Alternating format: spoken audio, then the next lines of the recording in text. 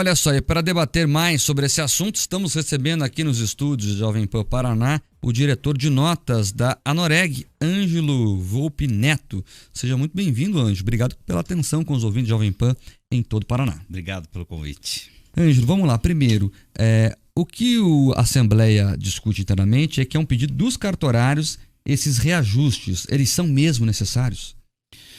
Sim, eles são necessários.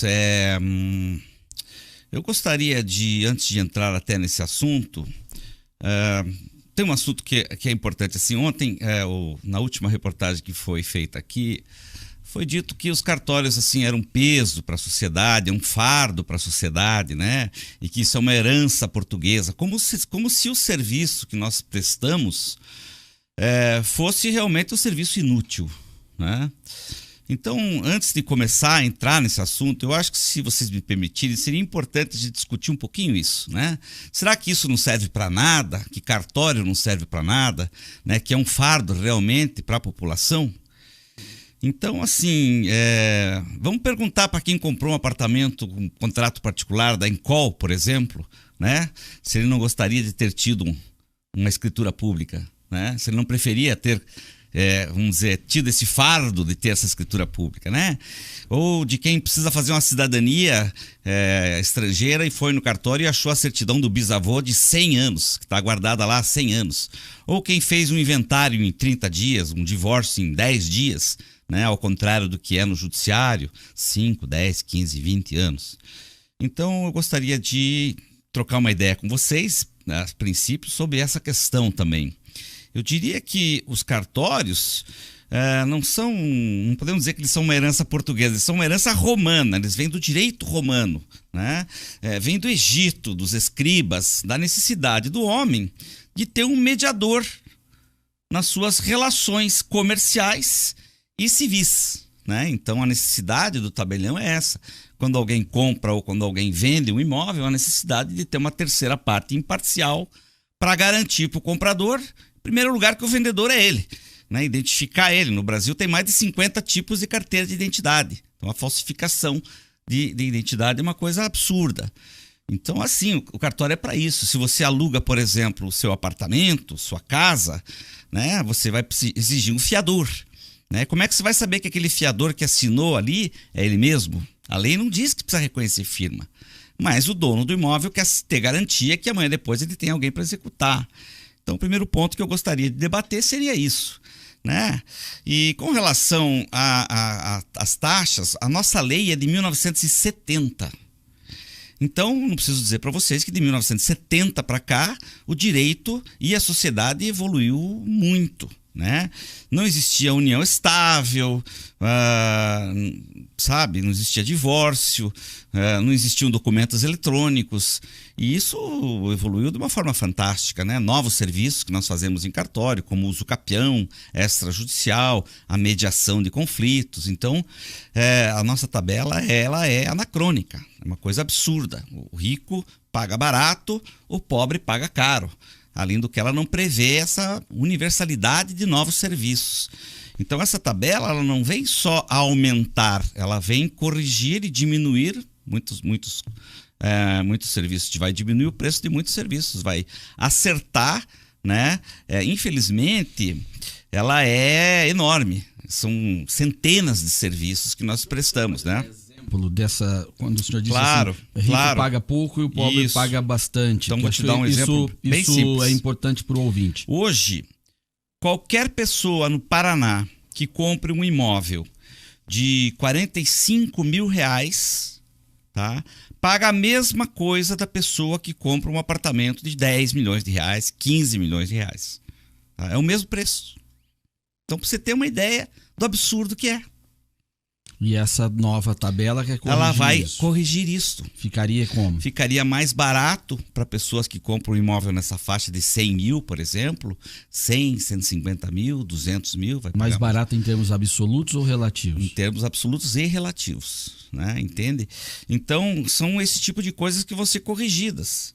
E tem serviços que são muito mal remunerados, né? Por exemplo, uma escritura de pacto antinupcial ou união estável. O que é essa escritura? A pessoa começa a morar junto com alguém, hoje em dia, né? Vocês sabem disso.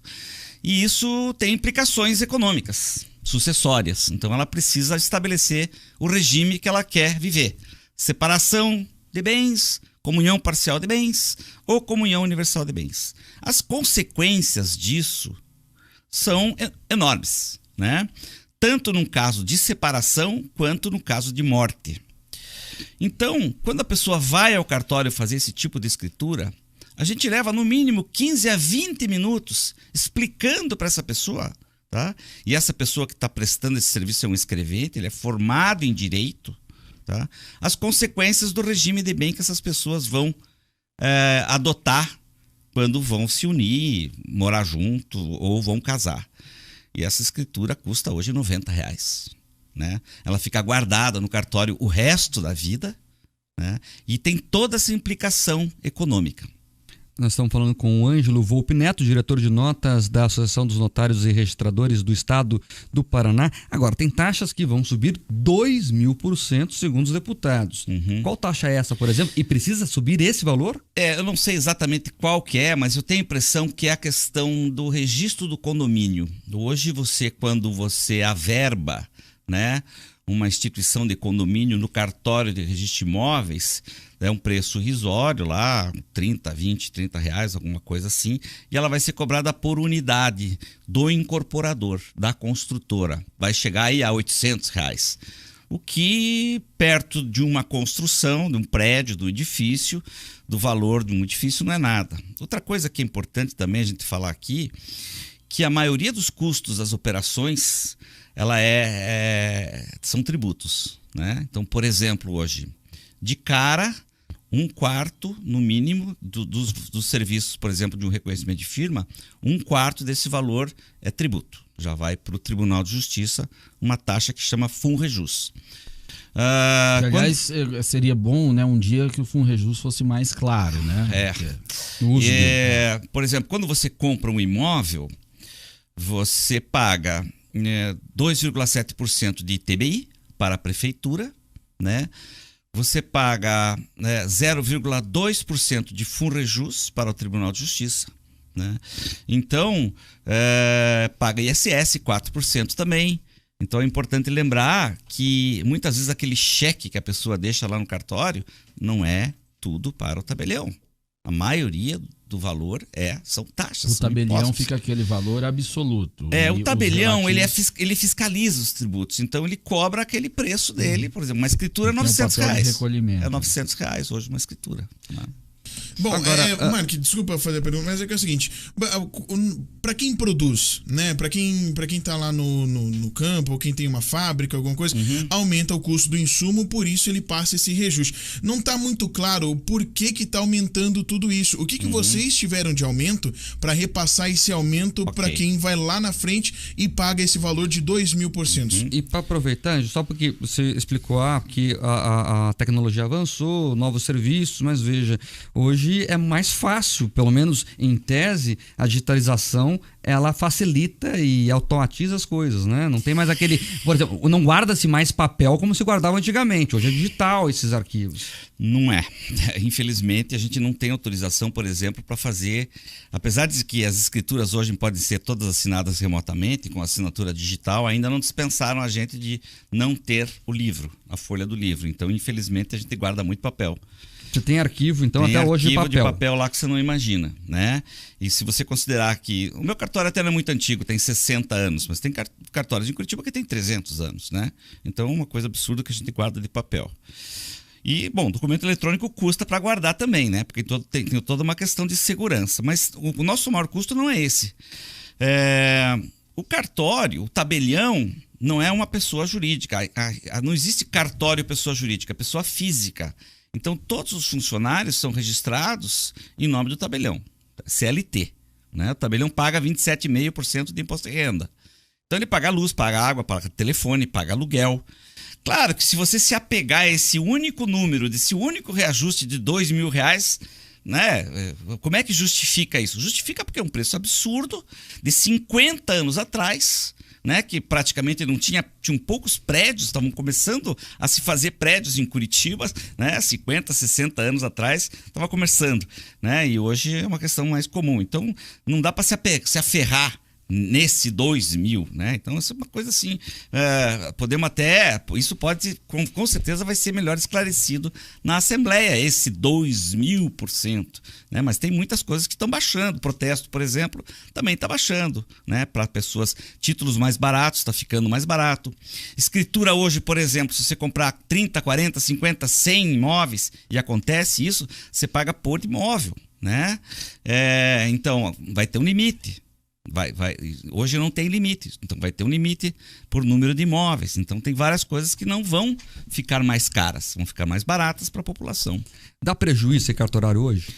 No Paraná nós temos mais de 300 cartórios que dão prejuízo, que estão vagos, né? Então também é importante a gente ver essa realidade. Não adianta olhar só aqui para Curitiba. Curitiba não dá, né? Mas no interior tá cheio de cartório vazio, que ninguém quer.